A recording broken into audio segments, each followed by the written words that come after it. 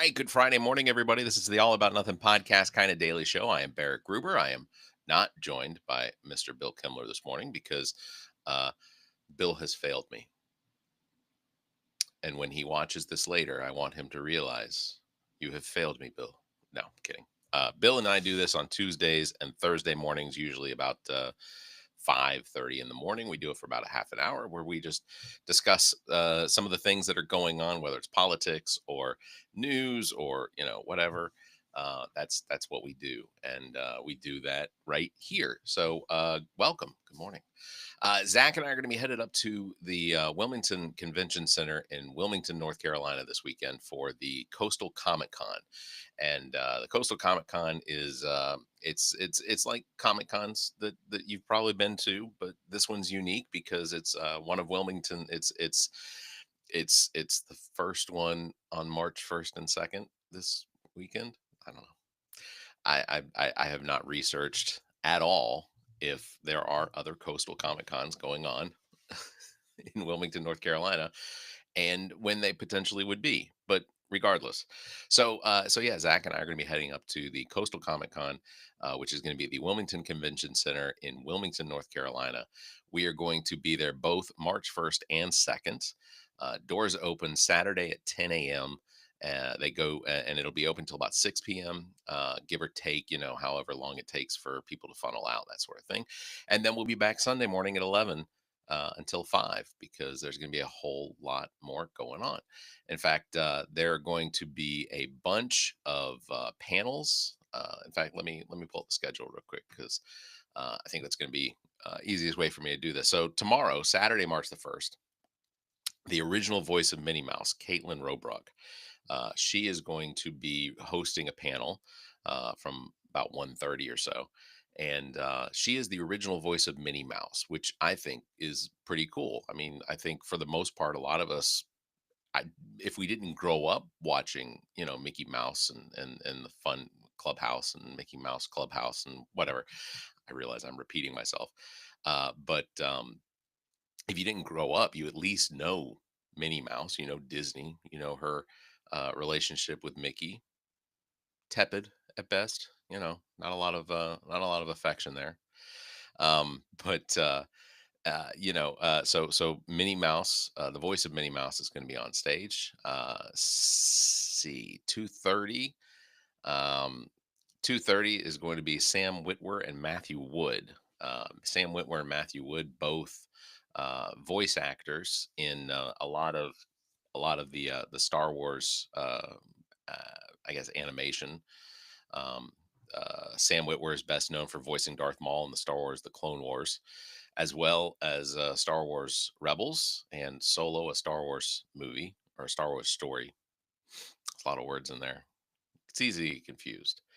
Um, he is also the voice of the Emperor in Star Wars: The Voice Unleashed, and his role as Star Killer in the same game. So he played both roles.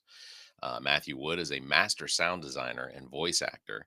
He has brought life to General Grievous in Star Wars Episode 3, Revenge of the Sith, and Star Wars The Clone Wars, among many other roles.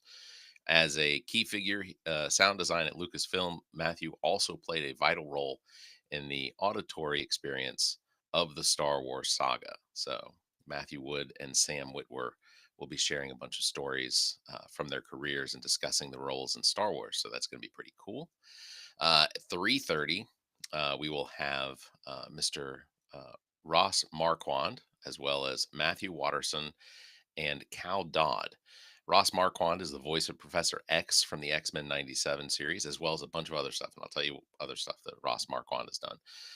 But Ross Marquand is going to be on stage with Matthew Watterson. Matthew Watterson is the voice of Magneto from the X-Men 97 series.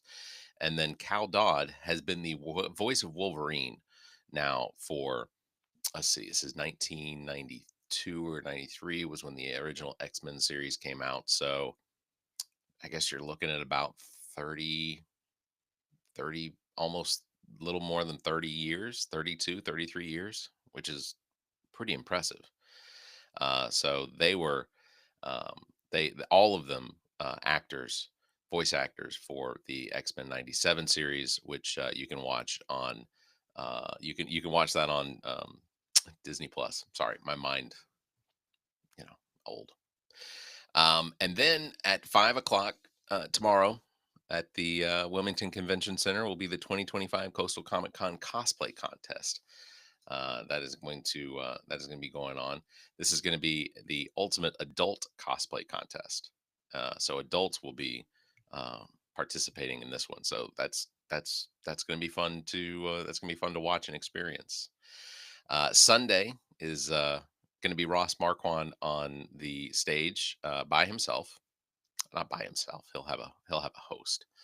But Ross Marquand played Aaron in The Walking Dead, and has been one of my favorite characters through the entire Walking Dead series. So it's going to be really cool to see Ross Marquand up on stage and taking questions and answering them. Ross Marquand also played Red Skull in the Avengers Infinity War and Avengers Endgame.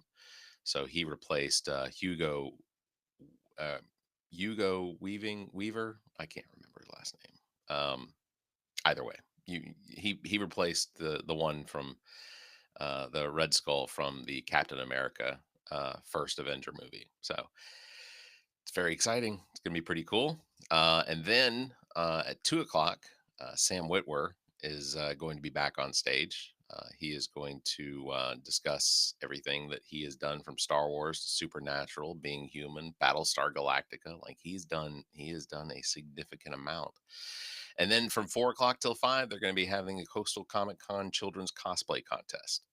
So that is going to be a lot of fun to see all the kids up there in costume, and you know they will award a winner based on judging. So it's going to be a good time.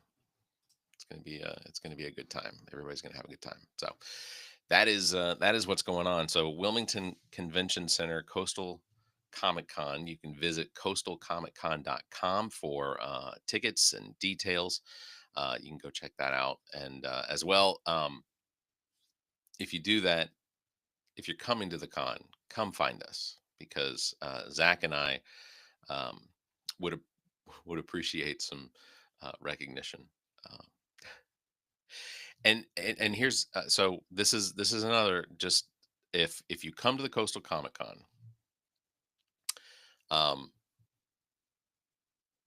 and you know what? Now I can't remember. I can't remember what Brock's challenge was. Oh no, basically, if you come to Coastal Comic Con and you find us, if you come and you find us, um, then I will point you in the direction of Brock. Because if you find Brock and identify Brock, then you can get a free T-shirt from the Coastal Comic Con. I think that's what the deal was. I think that's all you had to do was just identify him. Pretty sure that was it. I hope I didn't mess that up. I may have to go back and listen to that last episode that he was on just to make sure I've got that right. Yeah, because I forget. I forget things. It's a significant number of people in the chat. Good morning, everyone. If you can tell me where you're viewing from, because that will give me some idea as to where your potential approximate distance from Wilmington, North Carolina is.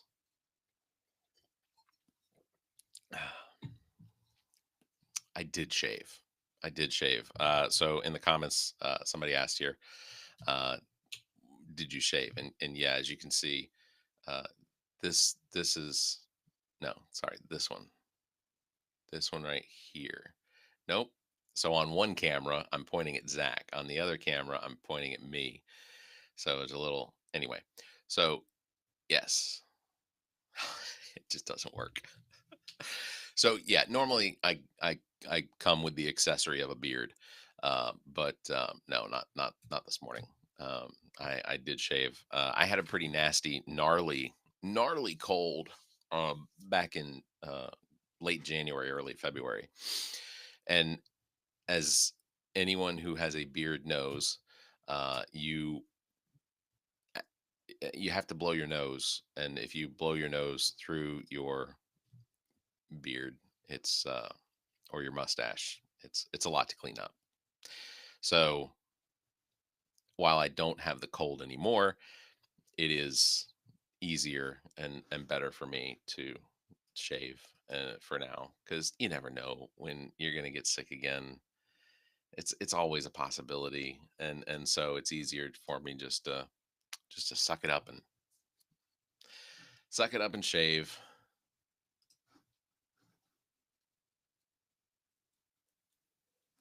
Let's see.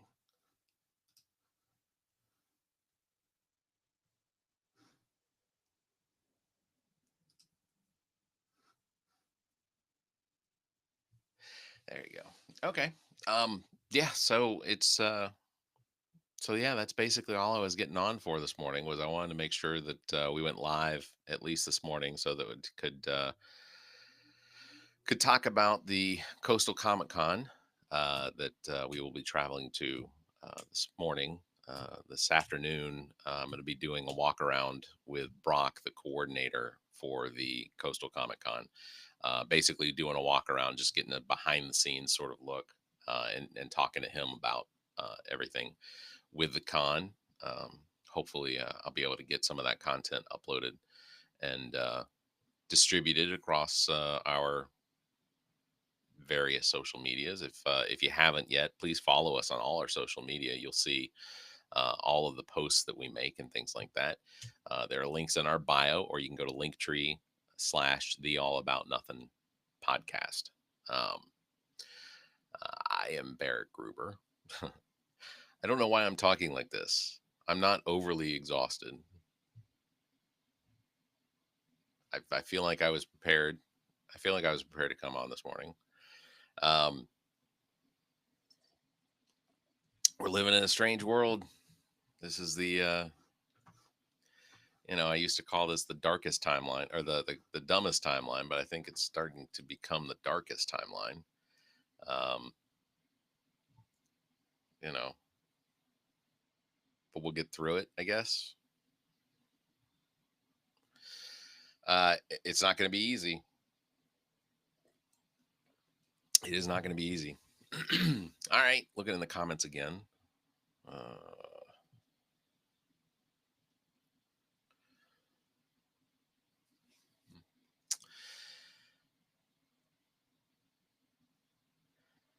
let's see. Zaytoven says that he has been trading Forex since 2015.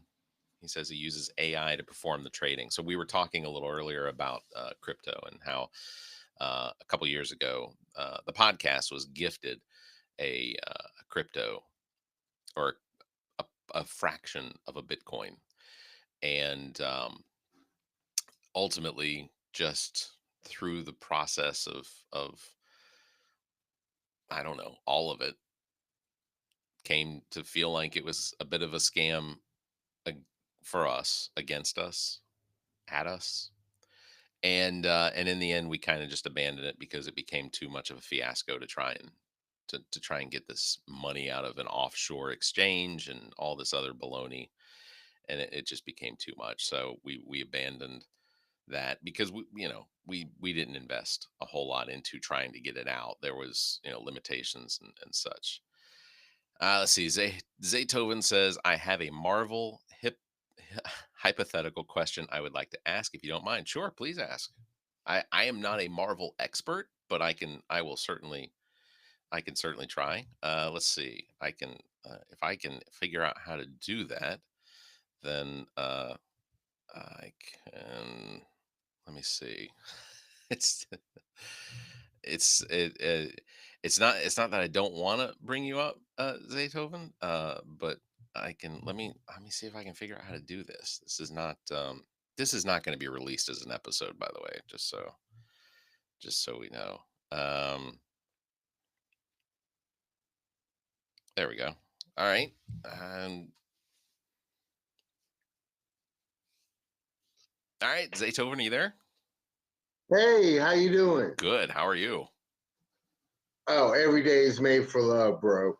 Um, I'm I'm pretty much new to TikTok, and I just did my second live, Okay. and I'm trying to get the feel about how I'm going to do it. And as I was scrolling, I came across your live. I don't know what the algorithm is working for me or whatever, but I came across your live, and um, I really like the way you do it. You have a well tempered voice. Oh, thank you. You have nothing is everything is even kill. It's very genuine and honest. You know, I can see it coming off the top of your head, even though you may have notes that keep you in line that we can't see or whatever. But Craziest thing. overall, it's Craziest thing this morning, there are no notes. Normally I have notes, but they're all packed away for our trip to North Carolina. So I and yeah, I'll just show you. Uh for our trip to North Carolina, literally I have all the questions packed and everything ready to go, so that but they're all they're all packed in an envelope. So this morning is is very casual. Very casual. got got you. I don't know what your platform is, but what it seems like to me is that, hey, look, you come off as the type of person that you're not going to argue, you're not going to debate. It's more of, you know, you'll let someone say what they need to say, and you'll say, hey, either I agree with it or I don't agree with it, but you're not going to do the whole back and forth type of thing. And I kind of like that. Yeah. Now, certainly there are scenarios where, because our podcast is very. I am a social. I consider myself to be a progressive liberal while also being a fiscal conservative, which I know those sounds like they don't match up, but Yeah. you know, but essentially, I believe that our government should uh, embolden the people through the taxes that we pay. So what that means is do everything that the government needs to do to make lives better for the people of the United States. And also, we don't need any new taxes. They should figure out how to use the tax money they're already getting in the most proper way. So, Man, it's funny you should say. I don't really want to go down that road because I don't want to waste your time, oh, and you're good. maybe somebody else may want to come up.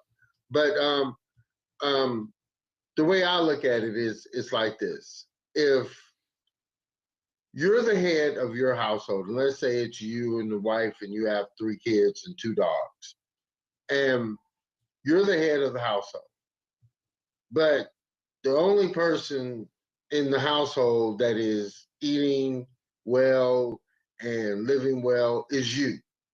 Everybody else is suffering in the household, but they're all in your household. You know, how could you sleep knowing that you say you love and care about these people, but they're suffering? And I elevate that to like the mayor in your city, the governor in your state, Yeah. to how can you go to bed in the comfort of your bed knowing that you have people that are looking up to you, no matter if you're a blue coat or a red coat? How can you sleep knowing that you got people on the streets starving with no place to go? Like, how can you rationalize that and say you're a great leader? I look at it as where, at some point, it really has to come down to making sense. For example, food that is agriculturally grown and water. Why are we paying for those two items? They're going to be here when we get. I mean, it's not very difficult if you know that Uncle Sam down the road has an orange pasture and he got 5 million quadrillion orange trees. He can't eat them all by himself. Sure. You know, Yeah. yeah, go out there, pull the as many oranges that you know what I mean. It's like it's here. It's already here. Same thing with water. I was listening to an interesting talk show where they were saying that all the water that's on the planet since the planet became a planet is the same water back then as it is now. And basically, what he's saying is that Earth doesn't have a water leak. Right. Nothing is dripping out into the cosmos nowhere. So, like, why are we charging for these things that are already here? I feel like there should be nobody hungry or thirsty anywhere. Yeah. My You know, my my answer to that is capitalism. Um, we we we have unchecked, unregulated, basically, capitalism in this country, and and around the world. There obviously climate change and environmental issues that we have, whether it's the deserts of California and Nevada to the Sahara, or the dry lands across Mongolia. There are we but we fundamentally, we as human beings, yeah, granted there's 8.5 billion of us on this planet, but I think that we have the technology, we have the ability uh to impact everyone's lives on this planet in a positive way. Now, does that eat into some corporatists' profits? Yeah, it's going to, like, there are companies in the United States as well as across the world where they have limitations on how much money can be provided. Well, okay, so before I jump into that, you were talking about how can you be the head of a household and watch the people in your house suffer while you thrive. Um, right, that is awful. And if in my house, whether my wife, my three kids, we have a dog. Like, so, okay, so as an example, we have a dog that is fantastic, wonderful, smart dog. We've had it for about 8 or 9 years now. But throughout the course of her in our lives, she's developed basically a yeast infection in her ear. It's because of her breed. They don't handle eating grains and things like that. And I've got a father-in-law who tends to feed the dog bullshit under the table, regardless of how much we ask him not to. So over the course of this dog's life, we've probably spent $6,000 to $7,000 on treating this infection, and it's manageable now. We have to get special food for her diet and things like that, but that's just the dog, you know, and regardless of how much it's cost over the 9 years, we care and love for this animal, and it's part of our household. Therefore, we take care of it the same take care of it. It's neutered. Um, we take care of it the same as we would take care of our children. We would right, provide as much as we possibly can to make sure that there is a level of comfort. What you're asking me about in real world sense outside of our home is we have a bunch of leaders in this country that only really care about getting the votes so that they can stay in power. So they will tell us whatever it is that we want to hear. And that's not just Republicans, that's not just Democrats, that's independents too. We right. have a political system that is so infected with power and greed that we can't they they completely look past all of the citizens. I usually vote Democrat, and the reason I do is because I don't have a lot of I don't have a lot in common, despite my fiscal conservatism. I don't have a lot in common with the viewpoint of conservatives or MAGA or the GOP.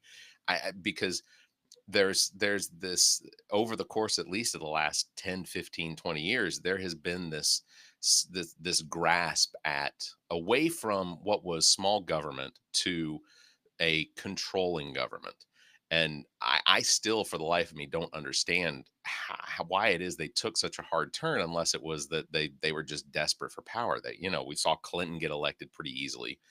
Obama won both of his elections pretty easily and handedly. Hillary Clinton won the popular vote by more than 2 million, and yet, the electoral college went towards Trump the first time. And then Biden won the electoral college and the popular vote, by 7, 8 million votes. And you would think that at some point the Republicans themselves would look at the situation and say, this is clearly an issue. We are not approaching the people as we should. We are not approaching the issues as we should. But what they do is they continue just to grasp at power, and they grasp at these ideas, controlling women's autonomy, removing public education as a priority. Health is no longer a priority for the United States government. I mean, we have a see, I got started. We have a we have a man in charge of health and human services who, despite going on Joe Rogan, and nothing against Joe Rogan, but despite going on Joe Rogan, is is easily, to me, one of the more unhealthy people. Uh, I don't, RFK Jr. is a weird dude. Um, he's a weird dude. But yeah, no, our government, whether it's federal, state, local governments, th- to me, their existence is purely to make the lives of people that they oversee better, and that's and and for me, regardless of your citizenship, if you are in the United States and you're working and you're paying taxes, as far as I'm concerned, y- you belong here. You've made a decision to come here and try and better your life and your family's life. Likely, I for the life of me, I just don't understand the hate. I don't understand, because that's what it boils down to for me, is that people just unequivocally just don't like people that are different from them, and that seems to be what drives them. And maybe that's why the Republicans are constantly drawing for more power, is because ultimately that's what they want. Is they want, they need, to control everything, so that that life isn't quite as good for, potentially people that don't look like them. Right. I talk a lot too, Um, by the way, just so you know. I do as well, and it's so very interesting because I'm learning through TikTok how to conversate, how to um, allow someone to have the mic and complete their circle, Sure. and patience has to, you have to be willing to listen. In my view, you have to be willing to listen rather than try to respond to say that you're right and or I'm right and you're wrong. You know what I mean? It's always an adversarial approach to a conversation where one wants to say that the other is wrong, and rather than saying, "Hey, let's talk about the meat of the issues." At the end of the day, um, at the end of the day, we all breathe this same air. Hmm. Okay. Now we can get into um, how this thing called America came to be, and we can go through the back and forth of the historical context.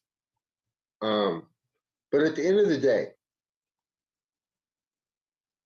we all need to be able to have the ability to live out our lives without so much oversight. Sure. I mean, it's like I don't need to be micromanaged. You know what I mean? Like I can agree to disagree. When it comes to this whole two-party system, I think they wear different colors, but they're the same team. It's like you know, it's always picking the lesser of two evils is the way I've always seen it. Yeah, And there's a lobbyist sitting down to lunch with both of them. right. And not only that though, but when we look at, well, when I look at, if we take all of the news networks that are reporting the news, they're all owned by the same guy. It basically, essentially, like, I mean, when all these networks that are owned by just a small group, and it's the same small group everywhere, you know, they're controlling the narrative, you know. So it's kind of like the American public is forced to choose between the two colors, but they're all using the same information, but it's being bombarded. It's like information overload, you know. So the way I look at it is like this. When it comes to the red team, it was kind of shocking to me that Ronald Reagan, who was an actor, and he wasn't, you know, Hollywood's top pick, you know, Yeah. but he was an actor. And they took an actor and put him in the seat. And and now today, we don't have just an actor, but we have a TV reality star who has really no business sense because his record reflects it. And that's supposed to be an upgrade. I'm trying to, like, it's really hard for me to wrap my head around that. It's, you know, at this point, the way I look at it is like this. Um, I have my bag of popcorn and I'm gonna sit back and watch this play out because this is like, it's insane. It's just like I can't even put my finger on it. And race in my mind, I'm indigenous. So the whole idea of America, I'm not 100% sold on. You haven't sold me on in either party or direction as to why I should just jump on board and pursue this thing called an American dream. When I watch what is being displayed here, and like, it's, whenever I watch this man on an interview, and when they ask him a specific question that requires, you know, some intellect behind the answer, all we ever get is, well, you know, it's going to be the best it's going to be ever. You know, everyone's saying how great it's going to be, and it's going to be great. And that's his response. And I'm like, what? Yeah. No, And he deflects more than I am comfortable with a politician deflecting. And look, if you ever watch or listen to our podcast or our show, one of the things that I have noted, and we recognized back in the summer last year when he was campaigning, is that so I am an individual that basically am an extremely observational. Like I recognize people's behavior pretty quickly.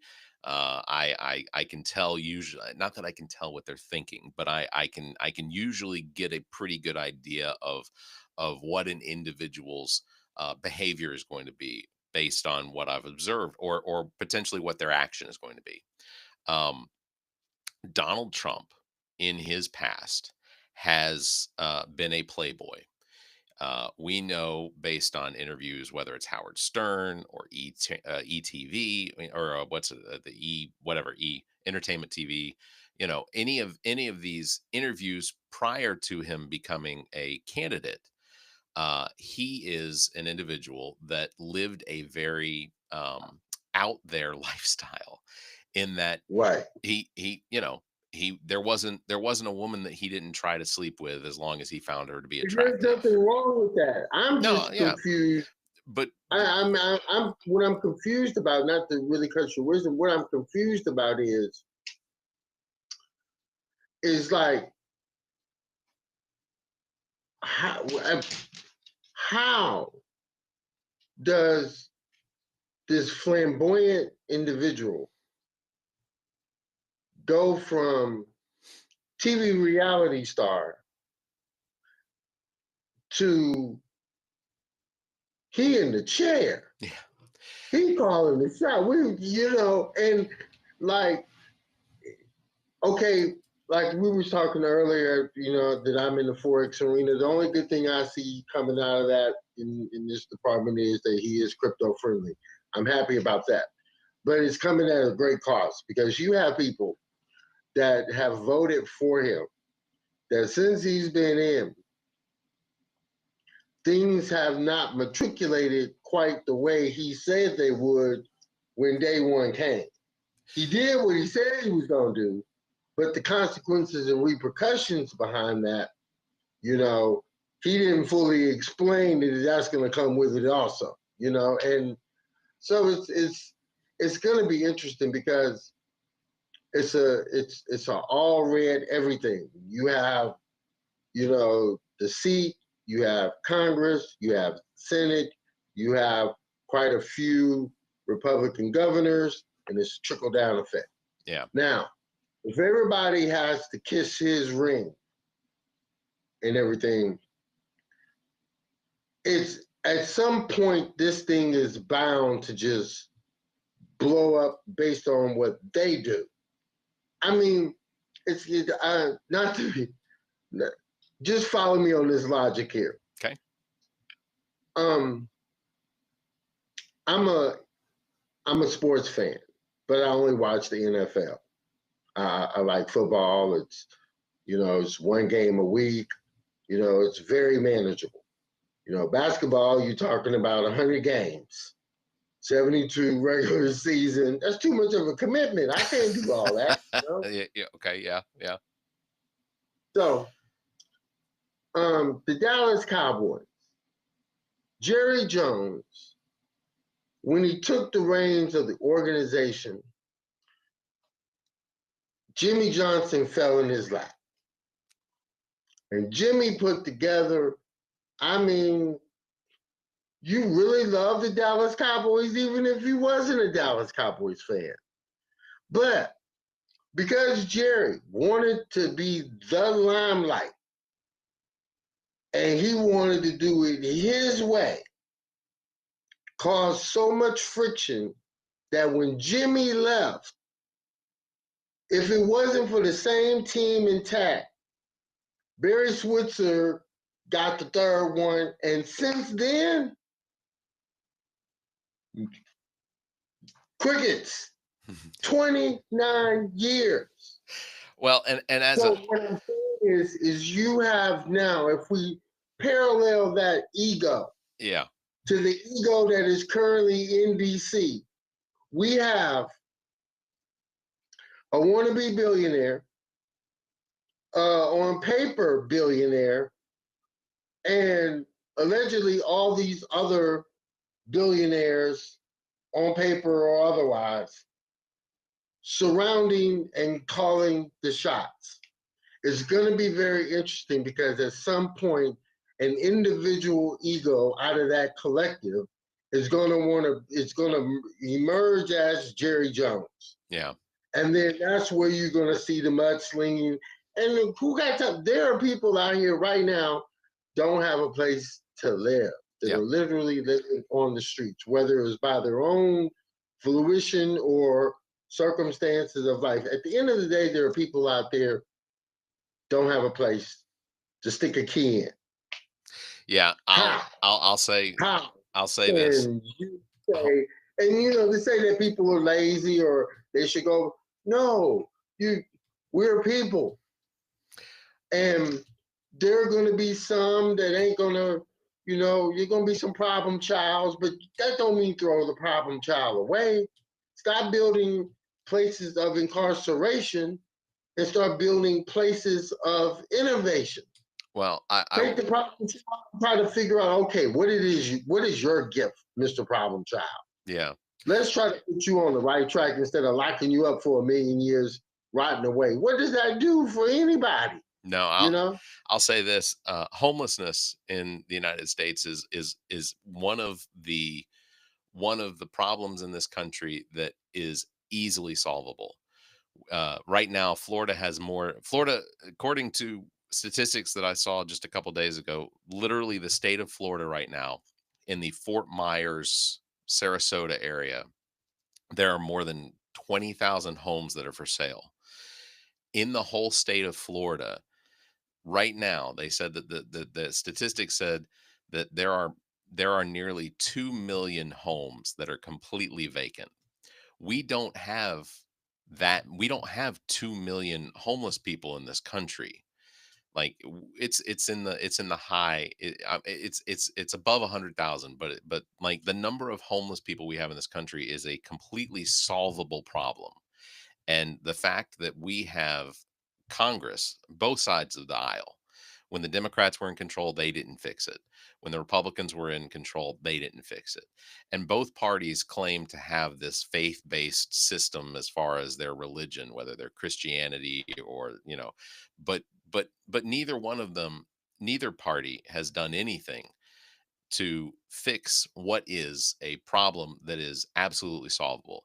There are some states that are working. Utah, Republican state, has in its that they have created legislation to try and address the homelessness problem by actually providing homes. And it's because it's less expensive for the state to go ahead and provide housing to individuals that don't have it than it is to continue to try moving them out of town. In Chicago, for the convention, they moved the Democratic convention. They took a lot of the homeless people that they saw and put them on buses and shipped them out of town. So where did they go? Well, they went to places in the suburbs and things like that. But they eventually migrate their ways back because they're going to seek out places that have the highest population, because one, you're going to have you're more likely to find some sort of a housing situation for the homeless because of the higher population of people, so they're generally going to be more programs. But two, it's because of that high population, you're going to find more people willing to potentially drop a couple dollars into a hat, that sort of thing. So but homelessness is a situation here in the United States we could absolutely fix. Same with healthcare. Healthcare could be fixed by abandoning by abandoning this corporatist healthcare system where we have to continue to pay into premiums and things like, premiums in order to pay for the boards of directors for places like Aetna and Caremark and the Blue Cross Blue Shields and the United Healthcares. These companies that now are so in control of basically every aspect of our health, from hospitals to doctors' office. I mean, we have health insurance companies that now own and operate their own doctors' offices with doctors that literally work for the insurance company. The insurance company is the umbrella at the top, and that's the Right. situation that we're in now. Like, and I said, if Donald Trump wanted to win me over, all he would have to do is actually do an executive order that's going to have some sort of power. He needs to sign an executive order that will do away with the mandate that you have to be 65 years or older in order to receive Medicare. Open Medicare up to the entire country, regardless of your age. Medicare is one of the most efficient programs.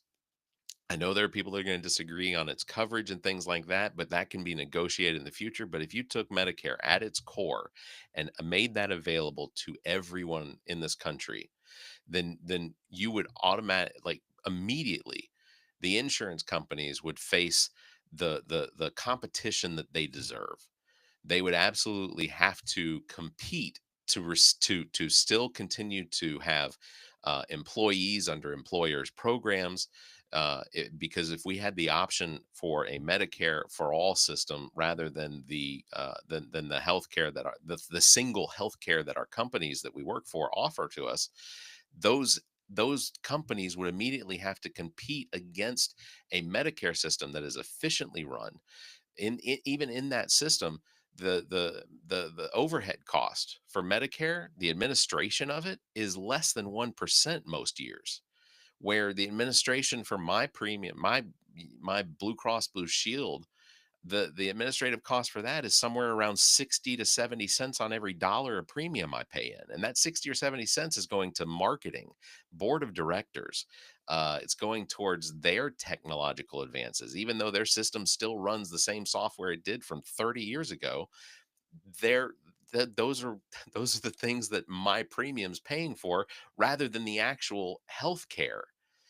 You know, Frank's got they said they cut off funding for veteran hospitals, Elon Musk and Donald Trump. They did. And I mean, and then the Elon Musk also made the comment while he was hosting a cabinet meeting that that they accidentally turned off Ebola protection, the whole system that Ebola, that our our country tries to fight Ebola across the world because we don't want it spreading, one, to us, but also across the country. And he said they cut it off on accident and then it was turned back on immediately. Well, what was that time frame between the accident and the immediately? Because it wasn't immediate. We all know that because funding, people that receive that funding noticed.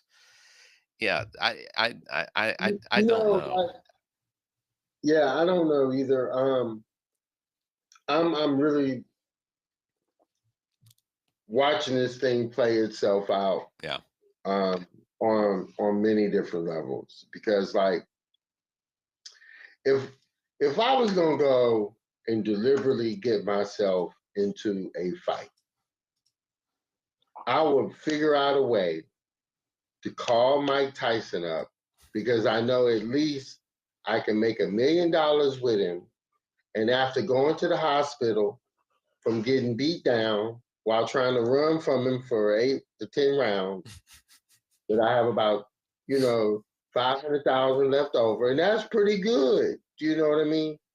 So um it's gonna come down to, and the way I see it is that everyday people are going to come to the realization that this ain't working. They're not gonna, I yeah, mean, it's ridiculous because, like, no matter what race you are here in this country, whether you came over here on a visa or not, if you're inside one of these 50 states, that is the way they're running it is not working. And when everyday people, whether they voted for him or not, when everyday people start feeling the pinch, then there's going to be a pinch back. it's You it. know, this I thing think that's likely. requires participation. This system that currently is running it requires participation in order for it to work. When there's no cooperation because those at the bottom aren't being treated fairly, then the whole engine is going to stall out. Yeah, So at some point, common sense has to take over. One of the things that I noticed, I'm gonna share this real quick story. Then I'm asking my little Marvel question. But when I was I was driving down from New York to Florida, and it was right after one of these hurricanes, and it hit North Carolina, and the whole state of North Carolina was literally underwater. Like when you came down um, 95, what when I year? was coming down Do you 95, remember what year that was? I The only don't reason I remember. It ask, was some. I think Hurricane Floyd came through there several years ago, and that was a devastating flood for basically all of eastern that North was Carolina. 2015. Oh, okay, so Um, more recent than Floyd. whatever. Yeah. So, like, there were literally people standing on the roofs of their houses. Yeah, When Earth does something, how quickly throw out the window your prejudices and everything else. It's like we all got to work together to make sure we eat because there's no food, no power, and we're underwater. You know what I mean? So like, um, I I'm gonna watch this thing play itself out. Um, I um I serve the community where I live, so I try to keep life simple. But and I try to find creative ways of being able to earn an income. Sure. And and I kind of like pretty much live where I work and work where I live type of thing. So I'm grateful in that regards. But when I look at this whole, and it's not just here in the States, when you look at all the turmoil all over the globe, it's insane. Like I just don't really understand. Like it doesn't make any sense. Like if you're in a capitalistic system, then that means, in my mind, you should want everybody to be healthy and wealthy so that the system will run like a phantom. You know what I'm saying? Yeah. Like, it no, not everybody's going to be doctors. Not everybody's going to be lawyers. You know what I mean? Let those who have those, whatever each individual gift that we all were given at the point of conception, whatever that gift is, nurture it for that individual so that they can participate in the system with their gift, Yep. and just let it be, keep it simple. Like it doesn't have to be this difficult. But my moral question for you was, I'm a I used to collect comic books when I was a kid, and I remember um the Venom comic series and the whole Spider-Man deal. Sure. And I watched all three of the Venom trilogy that has come out. And one of the things that I thought about, that I thought would be really cool, I would love to be able to see, and this is where the hypothetical comes in. I would love to be able to see where Shield recruits Eddie Brock and says, "Hey, look, we have an issue here on Earth that we know that you have the ability to take care of all by yourself. We ain't gotta, you know, have no strings on you." And I would love to see where they will recruit Eddie because they know he has Venom and they want Venom to go and fight the Predator and the Alien. Okay. I think that would be cool. That would give Venom the opportunity to be able to eat and get his tank full without eating human heads. And number two, I think that would be perfect because he ain't from this planet either. That's So true. he would definitely know how to deal with that problem. And if we gave him that problem, we don't have to worry about that. Yeah, I think with Marvel, we're going to start to see a lot of crossovers as far as like, especially when it comes to the with the new series after the Fantastic Four with the Secret Wars and the crossover between all of the different multiverses and things like that. I think we're going to start to see some pretty interesting crossovers with Marvel, and I'm I'm confused excited after for it. Endgame. You're confused about which Yeah, one? I got confused. I got confused with Marvel after Endgame because when I heard that um, Robert Downey Jr. is going to come back and play Doctor Doom, who goes back in the time to kill Thanos or imprison Thanos again, I'm not like, what? Why? Like, if he's already gone, like, why are you? What is the point in going back into yesterday and try? Like, what is the? I don't understand how that is the sequel. I don't know where I got stuck at Endgame, Yeah, and Robert I'm still stuck. Robert Downey Jr. fills seats, and I think that if they had if they hadn't killed him in Endgame, spoiler alert, if they hadn't killed Iron Man in Endgame, I I think think Endgame. I got it. I bought it yeah. off of Google. But I think the whole idea was is they were trying to the and I don't know, but if I was a screenwriter for this in my head, I think what they were trying to do was give the opportunity for other characters to potentially build themselves up into what a leader could be. They basically got rid of Captain America, Steve Rogers, but apparently he's still out there running around, And and this could Red potentially Hulk, come back.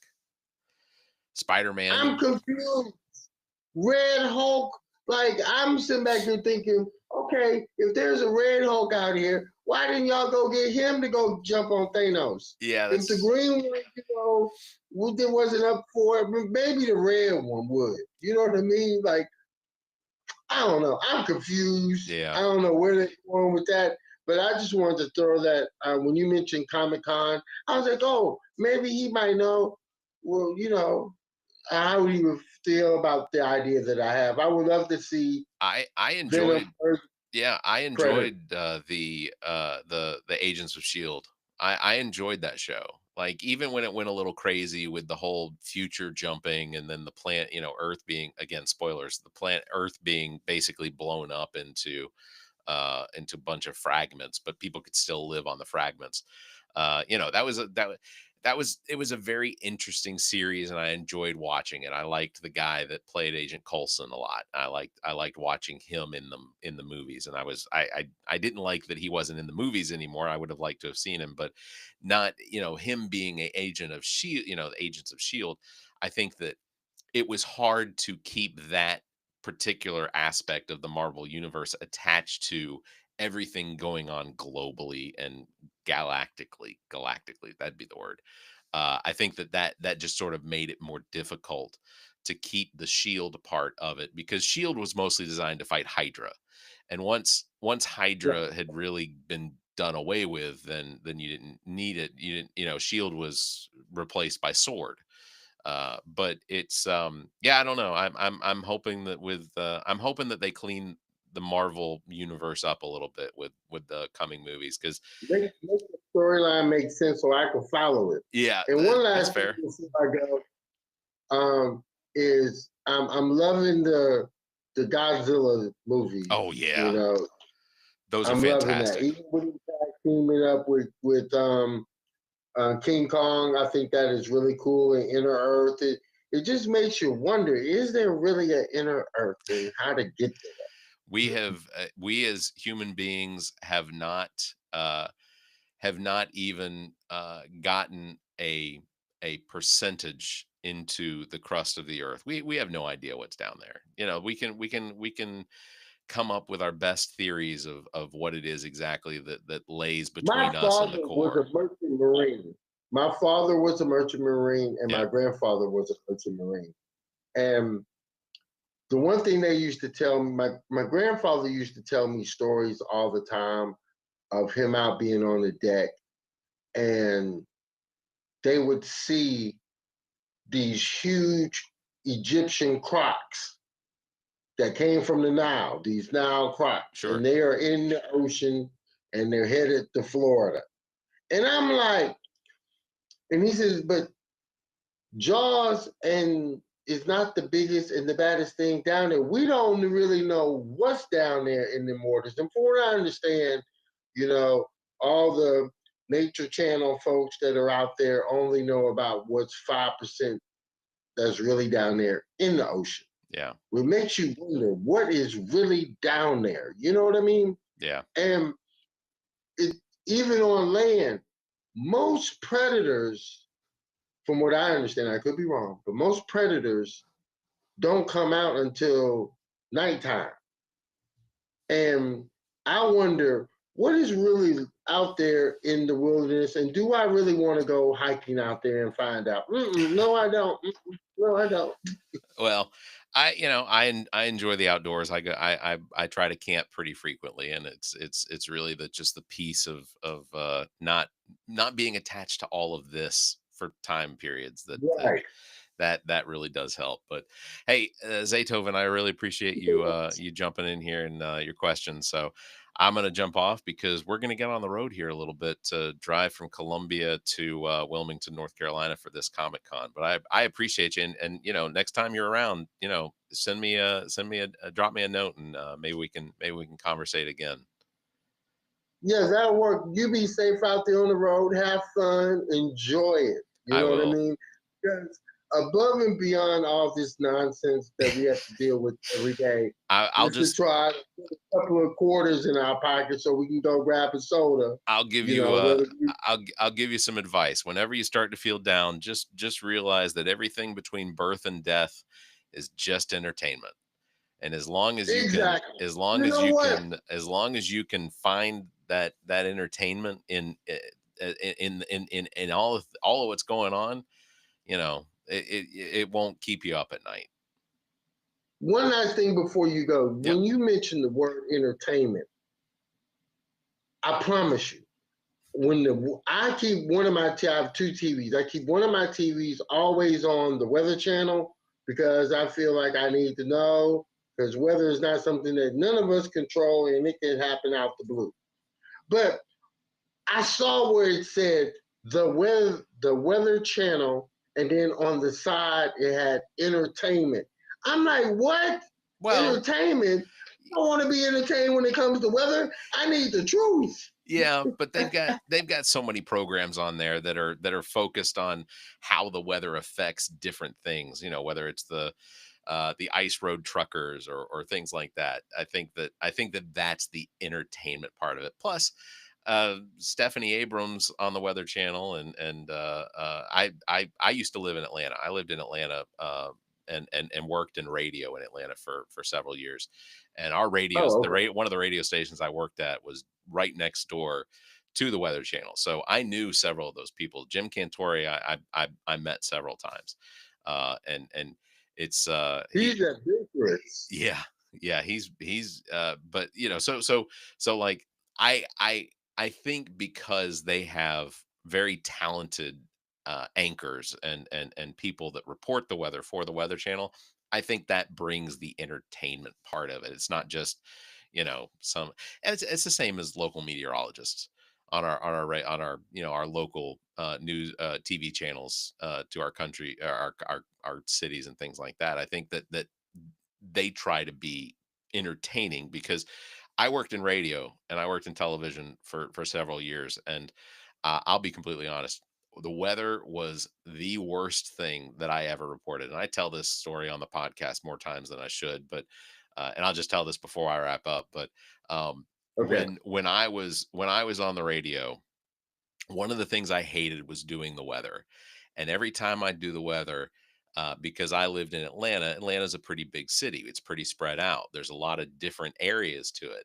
And if I reported the weather as saying, sunny skies right now, 49 degrees, a high of 71 today here in Atlanta, Georgia, if I reported that, my phone bank would light up with people calling in to tell me that I was wrong about the weather, that it was raining at their house or that it felt colder at their house. So I got to the point where I hated reporting the weather because there was always somebody that was going to call up and correct me. And I think it's one of the benefits to being on television doing the weather is because you're not taking phone calls from people that are telling you that the weather is not what you just reported. But that was one of the bane of my existence. I would get to the point where I would put every single one of those. I would line up those phone calls and I'd be like, Kicks 101, this is Barrett.